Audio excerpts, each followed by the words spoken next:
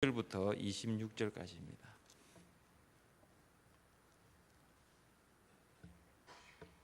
창세기 4장 16절부터 26절까지 한 절씩 교독하겠습니다.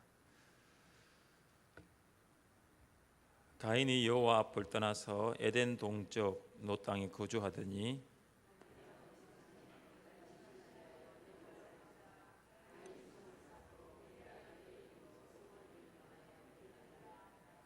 에녹이 이랏을 낳고 이랏은 머후야헬을 낳고 머후야헬은 머드사엘을 낳고 머드사엘은 라멕을 낳았더라.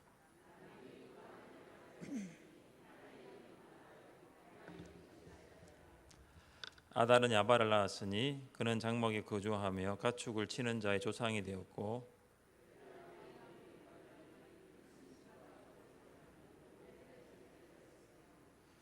실라는 두발 가인을 낳았으니 그는 구리와 쇠로 여러 가지 기구를 만드는 자요 두발 가인의 누이는 나아마였더라.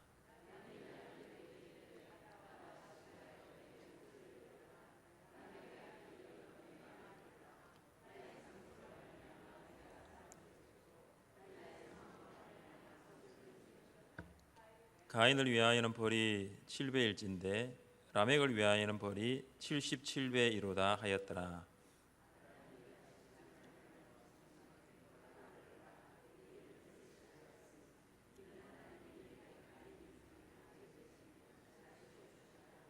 함께 읽겠습니다. 셋 또 아들을 낳고 그의 이름을 에노스라 하였으며 그때의 사람들이 비로소 여호와의 이름을 불렀더라. 아멘. 영국을 여행하던 한 사람이 해안 지방에 이르렀을 때에 그 해안 지방에 많은 갈매기들이 모래사장에 죽어 있는 것을 보았습니다. 그래서 그것을 치우고 있는 인부에게 가까이 가서 갈매기들이 왜 죽었는지에 대해서 물었습니다. 그러자 인부가 이렇게 대답을 하였습니다. 여행하는 사람들은 갈매기가 많은 것을 보고 먹이를 던져줍니다. 그러면 갈매기들이 과자며 사탕 등 여러 가지 것들을 맛있게 받아 먹습니다.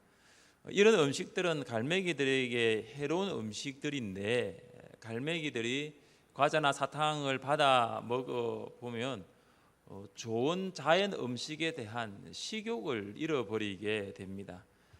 철이 지나고 여행객이 발길이 뚝 끊어지면 갈매기들은 그들에게 좋은 그 자연 먹이를 먹지 않고 결국 갈매기들은 이처럼 굶어 죽게 됩니다. 이런 이야기를 하였습니다.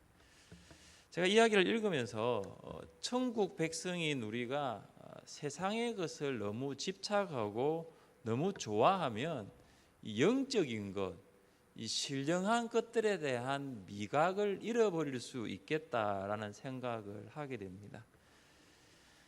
하나님의 백성은 세상의 사람들과는 다르게 살아야지요. 오늘 설교 제목이 가인의 후손과 셋의 후손입니다. 설교를 이제 시작하고 있는데 한번 질문을 제가 던져보겠습니다. 여러분은 가인의 후손입니까? 셋의 후손입니까? 설교가 마칠 즈음에 답을 한번 여러분이 해보시기를 바랍니다. 가인은 아벨을 죽인 후 벌을 받았습니다. 그 벌은 땅에서 유리하는 자가 되는 것입니다. 가인은 유리할 때에 사람들이 자기를 죽을 것이라는 이 두려움에 사로잡혔습니다. 그래서 하나님은 가인에게 표를 주셔서 그를 만나는 사람들로부터 죽음을 당하지 않게 하였습니다. 이것은 그 가인에 대한 하나님의 안전 보장책과 같은 것입니다. 그런데 가인은 하나님을 떠나게 됩니다. 하나님을 떠나게 되고 에덴 동산의 동쪽에 있는 노 땅에 거주하였습니다. 가인은 점점 하나님부터 멀어져 갔습니다. 그리고 가인은 이제 결혼하여 에녹을 낳았습니다. 어떤 사람이 이제 성경 이 창세기 4장 이 부분을 읽을 때 이런 고민을 합니다. 여러분 그런 고민을 했는지 한번 생각해 보세요. 아담과 하와 사이에 태어난 사람은 알기로는 가인과 아벨밖에 없는데 아벨은 이제 죽었고 어떻게 가인이 여자를 만나 결혼을 할 수 있습니까? 아니 그럼 하나님이 아담 말고도 다른 사람을 만들었습니까? 하와 말고도 다른 사람 만들었습니까? 막 복잡한 생각을 이제 하게 됩니다. 혹시 이 부분 읽으면서 그런 생각 안 하셨어요? 저는 생각했거든요. 조금 더 나가 보니까 이 답이 나오더라고요. 창세기 5장 4절에서 이 질문에 대한 답을 찾을 수가 있습니다.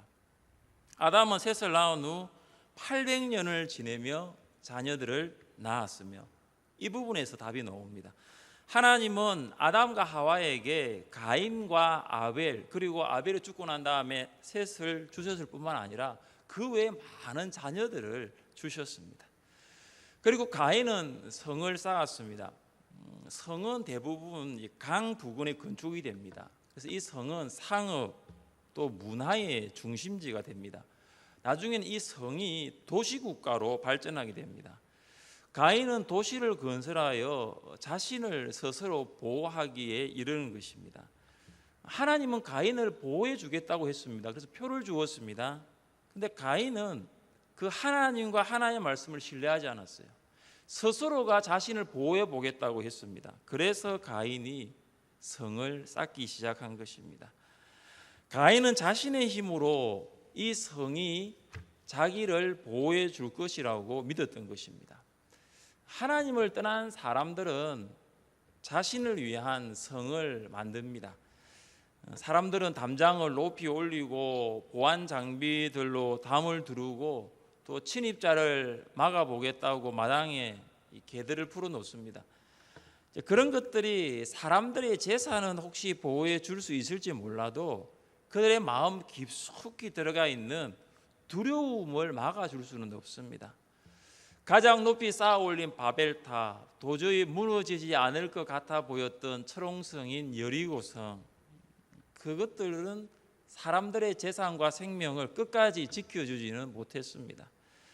사람들은 하나님이 보호해 주신다는 믿음이 없을 때 두려움으로 가득 차게 됩니다. 그래서 하나님을 떠난 사람들은 두려움을 느끼고 그 마음에 평안함이 없습니다. 그래서 자신들을 지켜줄 성을 쌓는 것입니다. 가인은 에녹을 낳았고, 에녹은 이라스를 낳았고, 이라스는 머후야엘, 머후야엘은 머드사엘, 머드사엘은 라멕을 낳았습니다. 여기 보면 에녹, 우리가 알고 있는 또 에녹 이렇게 생각하는데 우리가 알고 있는 에녹은 아닙니다. 에녹과 라멕은 셋의 후손에도 나옵니다. 셋의 후손과 똑같은 이름입니다. 하지만 다른 사람입니다. 동명이인입니다. 성경은 이라, 머후야엘, 머드사엘은 단순한 이름만 언급하고 있습니다. 그들이 무엇을 했는지 명확하게 설명하지 않고 있습니다. 그러나 창세기 저자는 라멕에 대해서는 아주 길게 서술합니다. 19절입니다. 라멕이 두 아내를 맞이하였으니 하나의 이름은 아다요, 하나의 이름은 실라였더라. 하나님의 계획은 한 남자와 한 여자가 만나 한 몸이 되는 것입니다. 이러므로 남자가 부모를 떠나 그의 아내와 합하여 둘이 한 몸을 이룰지로다.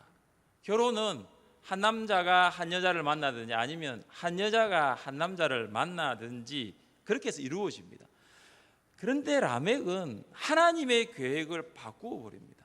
그래서 두 여자와 결혼을 하게 됩니다. 한 여자로 만족할 수 없었던 걸까요? 일부 다처제를 최초로 만든 사람이 라멕입니다. 하나님을 떠난 사람들은 하나님의 말씀을 따르지 않습니다. 하나님을 떠난 사람들은 그들의 정욕과 욕심대로 살아갑니다. 하나님을 떠난 사람들은 하나님의 말씀보다 그들의 생각이 앞섭니다. 라멕의 첫째 아내 아다는 야발을 낳았습니다. 야발은 장막에 거주하며 가축을 치는 자의 조상이 되었습니다. 야발은 유목민적인 생활 방식으로 사는 사람들의 조상이 되었습니다.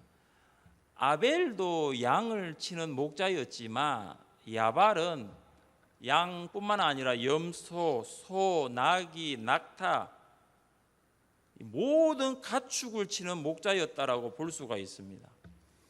아벨은 양에게서 공급받는 고기와 젖을 의지하며 살았지만 이 야발은 가축뿐만 아니라 이 가축을 통해서 물건을 교육하는, 상업하는 일을 했습니다. 그래서 이 아벨 시대보다는 이 야발 시대가 굉장히 문명의 진보를 이루었다라고 볼 수가 있습니다. 그리고 아단은 유발을 낳았습니다. 유발은 수금과 퉁소를 연주하는 자들의 조상이 되었습니다. 그래서 최초의 음악가, 여러분 음악사에서는 모르겠는데 성경에서의 최초의 음악가라 하면은 유발입니다. 수금과 퉁소는 가장 오래된 악기입니다. 수금은 손으로 연주하는 악기이며 퉁소는 입김을 불어서 소리를 내는 악기로 피리와 같습니다. 또한 라멕의 둘째 아내 실라는 두발가인을 낳았습니다. 이 두발가인은 동철과 쇠를 녹여서 각양 날카로운 기계와 연장을 만드는 철공업자 대장장이었다고 볼 수 있습니다. 자, 보십시오. 야발은 가축을 기르는 자, 유발은 악기를 다루는 자, 두발가인은 기계를 만드는 자가 되었습니다. 가인의 후손들, 그러니까 라멕의 아들들로부터 인류의 문명이 시작되었습니다. 그들을 통해서 인류 문명은 발전하게 됩니다. 가인의 후손들은 건축, 목축, 음악, 금속 세공에 대한 아주 유능한 기술을 가지고 있었습니다. 그들은 성을 건축하여서 안전을 보장받을 수가 있었고 가축을 통해서 먹을거리가 풍성하게 되었습니다. 그들은 음악으로서 길을 즐겁게 했고 동철로 기계와 연장을 만들므로써 신변을 보호받을 수가 있었습니다. 물질 문명이 굉장히 발전한 것이죠. 이 가인과 이 아벨 시대 그때하고는 비교할 수 없을 정도로 문명은 발전하였습니다. 이 문명이 발달할수록 사람의 도덕성도 좋아져야 되는데 오늘 본문에 보면 문명은 발전하였는데 사람의 도덕성은 좋아지지 못했습니다. 삶은 풍성해졌는데 풍요로운 삶은 있는데 악은 점점 더 증가하는 모습을 보게 됩니다. 라멕의 후손들은 물질적으로는 풍요를 누렸지만 동시에 죄악을 더 행하였습니다. 한 소년이 라멕에게 상처를 입혔습니다. 그런데 라멕은 그 소년을 죽였습니다. 그리고 그는 아내에게 살인을 노래로 자랑하게 됩니다. 23절 보십시오. 라멕이 아내들에게 이르되 아다야와 실라여 내 목소리를 들으라. 라멕의 아내들이여 내 말을 들으라. 나의 상처로 말미암아 내가 사람을 죽였고 나의 상함으로 말미암아 소년을 죽였도다. 라멕은 자기에게 상처를 입힌 소년을 살인으로 보복하는 잔악한 인간이었습니다. 마치 짐승 같은 인간이 바로 라멕이었습니다. 이처럼 하나님을 떠난 사람은 굉장히 잔인합니다. 최근에 일어난 아동 학대를 보면 부모가 어떻게 자녀에게 그렇게 할 수 있는가를 생각하게 만듭니다. 대구에 사는 3살배기 남자아이가 숨졌습니다. 부모는 아들이 침대에서 자거나 놀 때 개줄을 아이의 목에 메고 그리고 침대에 묶어 두었습니다. 이 남자아이의 부모가 왜 그렇게 했느냐라고 물으니 이렇게 진술합니다. 아들이 침대를 많이 어질러 놓아서 그랬습니다라고 말합니다. 작년에 어떤 도시에서는 생후 9개월 된 하늘이의 죽음은 가혹하기만 하였습니다. 이 하늘이는 세 쌍둥이 중에 둘째였고 굉장히 작고 어렸습니다. 아이가 울고 보챈다는 이유로 이 친엄마가 무거운 장난감으로 아이의 머리를 쳐서 아이를 죽게 만든 일입니다. 여러분, 경제적으로 굉장히 풍요하고 잘 산다고 해서 이 도덕성이 좋아진다는 것은 결코 아닙니다. 부모가 부모로서의 도리, 또 어른이 어른으로서의 도리를 상실하게 됩니다. 여러분, 3살배기 아들이 침대 위에 많이 어질러 놓았다고 목에 개줄을 묶고 그것을 침대와 연결하여 아이를 죽인 거하고 상처를 조금 입힌 그 소년을 죽인 라멕의 행동과 무엇이 다르겠습니까? 태어난 지 9개월 되면 울 수 있지요. 보챌 수 있지요. 그런데 그 아이를 엄마가 무거운 장난감으로 머리를 때려서 죽게 만든 행동과 이 라멕의 행동이 무엇이 다를까요? 이것은 하나님을 떠난 사람은 똑같다라는 거예요.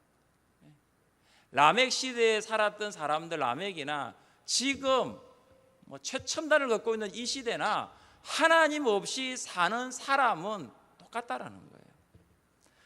라멕은 여기에서 멈추지 않았습니다. 그는 하나님께 대항하였습니다. 가인을 위하여는 벌이 7배일진데 라멕을 위하여는 벌이 77배이로다 하였도다. 가인은 땅에서 유리할 때 사람들이 나를 죽일 것이라는 두려움에 사로잡혀 하나님께 자신의 마음을 아뢰게 됩니다. 그때 하나님은 가인을 정말 불쌍히 여겼습니다. 그래서 가인을 죽이는 자는 벌을 7배 받을 거라고 말씀하시면서 가인을 죽음으로부터 보호하셨습니다. 그런데 라멕은 어떻습니까? 자기보다 더 나이가 어린 소년을 죽인 것에 대한 반성이 있습니까? 뉘우침이 전혀 없습니다. 우리는 하나님께 자신의 잔인한 행동에 대해 회개하고 있는 라멕의 모습을 찾아볼 수가 없습니다. 가인은 하나님의 음성을 직접 듣고 하나님과 대화하였다면 가인의 5대 손인 라멕은 하나님이라는 존재가 없습니다. 오늘 이 라멕의 이야기를 보면 하나님을 찾아볼 수가 없어요. 이게 무슨 말합니까? 1대가 가인이었다면 가인의 5대가 라멕인데 신앙의 대가 거듭하면 거듭할수록 신앙이 점점 더 깊어지는 것이 아니라 점점 더 약해진다는 거예요. 점점 더 희석되어 가고 있다는 것입니다. 라멕은 자기 중심으로 라멕을 죽인 자가 벌을 77배라고 자기가 정해버렸습니다. 하나님께서 하실 영역을 자기가 그냥 정해버린 것입니다. 이걸 보면 하나님을 떠난 사람들은 자기 중심적입니다라는 것을 알 수가 있습니다. 사람들이 물질 문명이 발달하고 경제적으로 부유하다고 해서 반드시 하나님의 말씀에 순종하느냐, 하나님 중심으로 살아가느냐, 그것은 결코 아닙니다. 오히려 사람들은 물질이 발달하고 문명이 부유하고 이렇게 되면 교만해집니다. 자기 중심으로 살아갈 수밖에 없을 뿐입니다. 하나님을 대항하여 말씀을 떠나게 되고 쾌락과 방종을 추구하며 살아가는 사람들이 점점 많아지게 됩니다. 그들의 삶은 한마디로 하나님과 아무런 관계없는 삶입니다. 성을 만들고 탁월한 건축술이 있고 가축을 길러서 많은 부를 축적하고 아무리 좋은 악기를 연주하고 정말로 금속 세공이 탁월해가지고 온갖 좋은 걸 만들어내도 하나님 없는 삶, 하나님과 관계되지 않는 삶은 아무런 의미가 없는 것입니다. 세상에는 가인의 후손들만 있었던 것은 아니었습니다. 어두운 세상에 빛과 같았던 사람들이 있었습니다. 가인의 후손과는 정반대편에 있었던 셋의 후손들이 있었습니다. 가인에 의해 아벨이 죽은 후 아담은 하와와 동침하여 아들을 낳았고 셋이라고 이름을 지었습니다. 셋은 아벨 대신 아담에게 주신 은총의 아들이었습니다. 그리고 셋은 아들 에노스를 낳았으며 그때 사람들이 비로소 여호와의 이름을 불렀습니다. 비로소 여호와의 이름을 불렀더라, 이 말은 여호와의 이름을 부르기 시작했다라는 말입니다. 하나님의 이름을 부르기 시작했다, 이 말은 하나님을 비로소 찾았다는 거예요. 라멕의 후손들 아무도 하나님 찾지 않았어요. 그러나 셋 다음에 에노스, 셋의 후손들은 이제 하나님을 찾기 시작한 거예요. 하나님의 이름을 부르기 시작했다는 것은 하나님을 찾고 예배했다는 것입니다. 가인의 후손들 건축, 목축, 음악, 금속 세공의 시작이었습니다. 물질 문명의 시작이 라멕의 후손들이었습니다. 하지만 셋의 후손들은 하나님을 찾은 예배의 시작이라고 볼 수가 있습니다. 라멕의 후손들은 세상 나라의 물질 문명에 첫걸음을 내디뎠다면 셋의 후손은 하나님의 나라를 확장하고 완성하기 위한 처음 걸음이었습니다.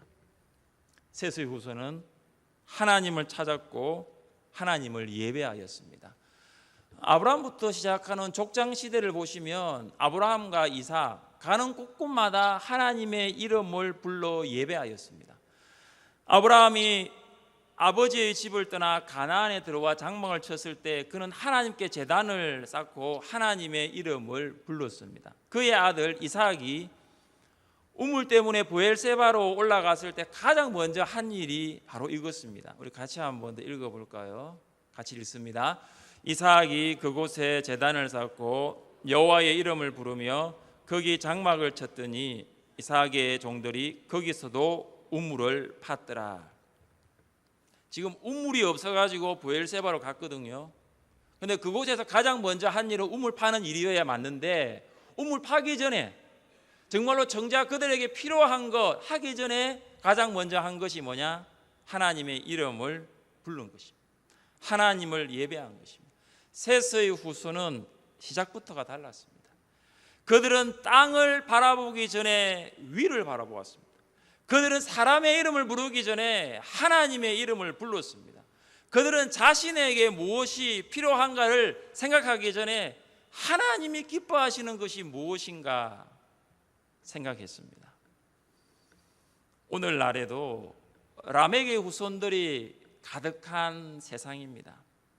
어느 때보다 물질 문명이 발전하고 있고 요즘에는 제4차 산업혁명이 우리 주위로 한 걸음씩 다가오고 있다고 말합니다.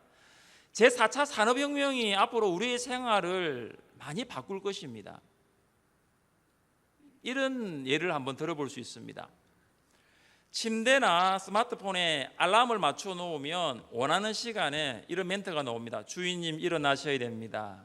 그러면 주인님이 좋아하는 음악이나 멜로디로 주인님의 잠을 다 깨운답니다. 그러면 주인님이 딱 일어나면 자동으로 조명이 탁 켜집니다. 그리고 예약된 시간에 조리된 음식으로 아침을 먹게 됩니다. 밥할 필요가 없습니다. 그리고 출근하기 위하여 스마트 키를 들고 밖으로 나가 자동차에만 가기만 하면 문이 자동으로 열립니다. 그리고 시동이 걸리게 되고요. 말로 목적지만 말하면 무인 자동차가 그 주인님을 목적지까지 안내합니다. 지금 비슷한 시스템들이 많이 들어와 있습니다. 여러분 제4차 산업혁명이 되면 우리의 생활은 지금보다 훨씬 더 편리하게 됩니다. 아마 거의 손을 댈 일이 별로 없습니다. 정말로 풍요로워질 것입니다. 손과 발을 움직이면서 작동했던 것들이 이제는 스마트한 기계가 알아서 하고 우리는 말만 하면 됩니다. 정말로 편한 시대가 오고 있습니다. 여러분 생활이 이렇게 편리해져 가는 가인의 후손들이 살았던 시대와 같지만 과연 우리의 신앙은 셋의 후손들과 같이 하나님의 이름을 부르며 하나님을 예배하고 있습니까? 여러분 정말로 우리 주변의 물질 문명이 좋아진다고 우리의 생활이 편리해진다고 우리가 하나님을 간절히 찾는다라고 볼 수 있을까요? 그럼 성경을 보면 그렇지 않습니다. 40년 동안의 광야 시대는 가나안 시대보다는 훨씬 더 사는 것이 불편했습니다. 풍요롭지 못했습니다. 이스라엘 백성들이 종종 모세를 향해서 불평과 원망을 쏟은 이유도 보면 풍족하게 먹을 양식이 없다, 마실 물이 넉넉하지 않다라는 것입니다. 여러분 텐트를 치고 하루 이틀 캠핑하는 건 괜찮지만 40년 텐트를 한번 치고 생활을 해보십시오. 그 불편은 이만저만이 아닐 것입니다. 그러나 생활에 불편함이 있어도 먹을 것에 부족함이 있어도 영적인 풍성함은 많았습니다. 영성의 풍성함이 육적인 불편함을 뛰어넘었습니다. 이스라엘 백성들은 성막을 중심으로 하나님을 예배했습니다. 구름이 성막에 덮이고 하나님의 영광이 성막에 충만했습니다. 성막에는 하나님의 임재가 있었고 하나님은 백성들과 함께하였습니다. 낮에는 하나님의 구름이 성막 위에 있었고 밤에는 불이 이스라엘 백성들을 떠나지 아니하였습니다. 그런데 광야 시대를 마치고 가나안 정복 전쟁을 통하여 시작된 가나안 정착 시대에는 생활의 풍성함은 있었지만 하나님으로부터는 점점 더 멀어져가는 시간이었습니다. 여호수아가 이스라엘 백성들이 가나안에서 사는 날 동안 우상을 섬길 것을 예단하면서 무엇을 말했습니까? 우리 같이 한번 읽어보겠습니다. 그러므로 이제는 여호와를 경외하며 온전함과 진실함으로 그를 섬기라. 너희의 조상들이 강 저쪽과 애굽에서 섬기던 신들을 치워버리고 여호와만 섬기라. 이스라엘 백성들은 여호수아가 사는 날 동안 하나님을 예배하고 섬겼습니다. 그런데 여호수아가 죽은 후에는 하나님을 예배하지 않았습니다. 왜 그럴까요? 가나안 생활의 풍성함에 젖었기 때문에. 그래서 그들은 하나님을 점점 멀리하였습니다. 우리의 시대가 가인의 후손들이 누렸던 물질의 풍성함, 가나안에서 이스라엘 백성들이 향유하였던 생활의 부유함이 있을 수 있습니다.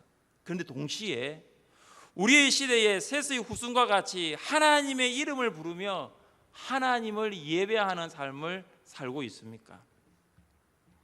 오늘 수요 기도회에 오셔서 말씀을 듣고 있는 성도님들은 물질의 부족함 또 혹은 생활의 불편함 가운데서도 영성의 부요함을 누렸던 분들입니다. 그러나 우리의 자녀들은 다릅니다. 조금만 부족해도 참을 수가 없습니다. 조금만 불편해도 인내할 수가 없습니다. 우리 시대의 자녀들은 물질의 풍성함보다 영성의 부요함을 누리지 못하고 있습니다. 오늘날 교회를 보십시오. 에녹이 쌓았던 성, 그리고 가인이 쌓아서 에녹성이라 불렀던 그 성같이 얼마나 교회 건물이 올라가고 있습니까? 야발과 같이 많은 재정이 교회에 있습니다. 유발과 같이 아름다운 악기, 음향, 영상 시스템, 두발 가인과 같이 탁월한 기술과 능력을 가진 사람들이 교회에 많이 있습니다. 그러나 한 가지 부족한 것이 있어요. 근데 그것은 굉장히 중요한 것입니다. 그거는 없어서는 안 될 것입니다. 뭐가 부족합니까? 셋의 후손과 같이 하나님의 이름을 부르는 준비된 예배자, 그들이 하나님께 드리는 살아있는 예배, 그들이 하나님의 마음을 감동시키는 감격적인 예배가 빠져 있어요. 우리 교회는 어떻습니까? 가인의 후손들처럼 화려하지 않아도 셋의 후손들처럼 하나님의 이름을 부르는 경건한 예배자들이 많아지기를 바랍니다. 여러분은 자녀를 어떻게 키우고 있습니까? 혹시 가인의 후손처럼 키우고 있는 거 아니에요? 세상 사람들처럼 물질적으로 풍성하지 않아도 하나님과 함께하는 영적인 부요함을 누릴 수 있기를 바랍니다.